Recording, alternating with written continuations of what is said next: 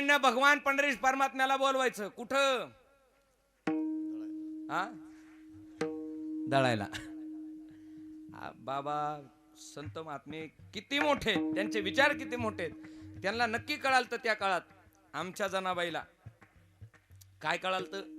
येणारा काळ कलियुगाचा येईल आणि त्या कलियुगाच्या काळामध्ये लग्नाचा कार्यक्रम असेल आणि लग्नाच्या कार्यक्रमामध्ये काय असेल? हळद दळण्याचा कार्यक्रम. आता हळद दळायची म्हणजे ते काही डायरेक्ट त्या गिरणीमध्ये टाकून ती हळद दळली जाईल का? तर नाही, उगाच शोकानं का होईना माता माऊल्या एकत्रित बसतील आणि 4-2 काय म्हणतील? 4-2 ओव्या म्हणतील. आता ओव्या म्हणायचं नाही, ओव्या त्या जनाबाईंना म्हणलेल्या. आता गाणे. तुमचा आमचा विचार केला कुण?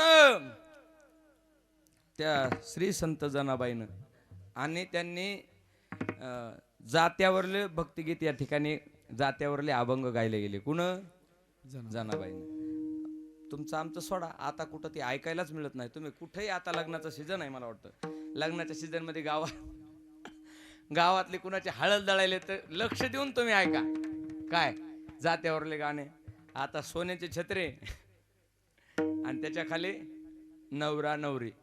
त्या जनाबाईंचा अधिकार किती मोठा होता महाराज.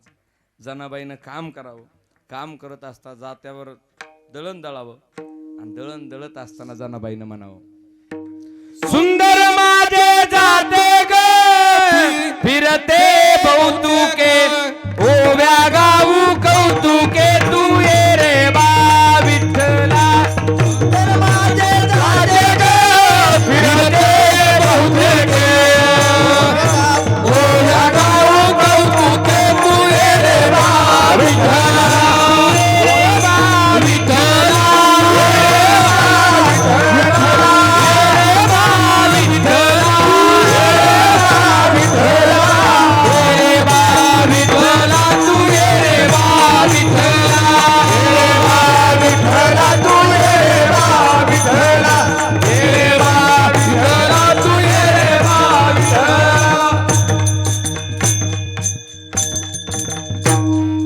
काय म्हणायचं जनाबाईनं?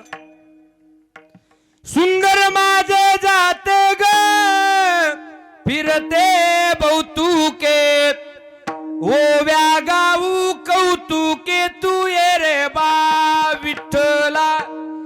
ओव्या गाऊ कौतुके, तू ये रे बा विठ्ठला. असं म्हणल्याबरोबर विठ्ठल वैकुंठामध्ये जरी असला तरी विठ्ठलाच्या कानावर आपल्याला जनाबाईनं मारलेले हाक ऐकू आल्याबरोबर वैकुंठाहून परमात्म्यानं कुठे यायचं? जनाबाईकडे यायचं. आणि जनाबाईनं दळल्याच्या नंतर जनाबाईला दळू लागण्याचं काम जगाच्या मालकानं करायचं. हा जनाबाईंचा अधिकार आहे. आता तुमच्याकडे विठ्ठल का येणार नाही? तर तुमच्याकडे जसं जनाबाई बोलल्या तसं तुमच्याकडे नाहीत.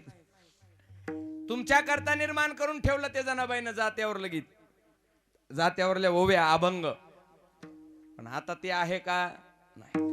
मी कार्यक्रमाहून संध्याकाळी आल्याच्या नंतर एक सहज गाडी लावल्याच्या नंतर संध्याकाळी ऐकण्यात आले आत्याचे गाणे बरं का, जात्यावरले.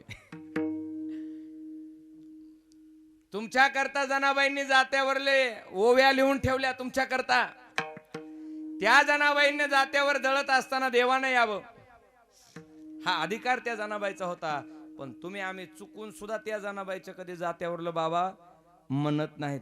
तुमचं ना आमचं काय सुरू असतं? 1-2 तुम्हाला ऐकलेलं सांगतो बरं का, पाठ केलेलं नाही. प्रत्यक्षात आताच्या कलियुगातल्या जात्यावरलं गीत ऐकलं मी.